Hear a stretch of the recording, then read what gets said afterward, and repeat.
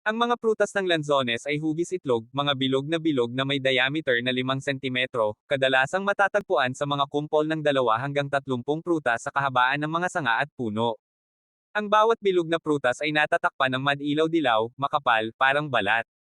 Lanceum parasiticum, karaniwang kilala bilang lanzones, o longkong sa Ingles, ang duko sa Indonesian o dokong sa Malay, ay isang uri ng puno sa pamilyang mahogany na may komersyal na nilinang mga prutas na nakakain. Mataas ba sa asukal ang mga lanzones? Habang ang prutas ay siksik sa mahahalagang sustansya, medyo mataas din ito sa natural na asukal. Ang sobrang pagkain ng lanzones ay maaaring magdulot ng pagtaas ng antas ng asukal. Ang lanzones ba ay mataas sa cholesterol? Ang lanzones ay may maraming benepisyo sa kalusugan.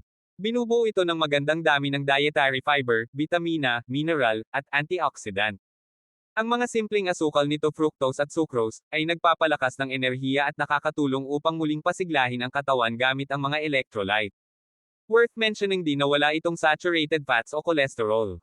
Ang mga prutas ng lanzones ay hugis itlog, mga bilog na may diameter na 5 sentimetro, kadalasang matatagpuan sa mga kumpol ng 2 hanggang 30 prutas sa kahabaan ng mga sanga at puno. Ang bawat bilog na prutas ay natatakpan ng madilaw-dilaw, makapal, parang balat. Lanceum parasiticum, karaniwang kilala bilang lanzones, o longkong sa Ingles, ang duko sa Indonesian o dokong sa Malay, ay isang uri ng puno sa pamilyang mahogany na may komersyal na nilinang mga prutas na nakakain. Mataas ba sa asukal ang mga lanzones?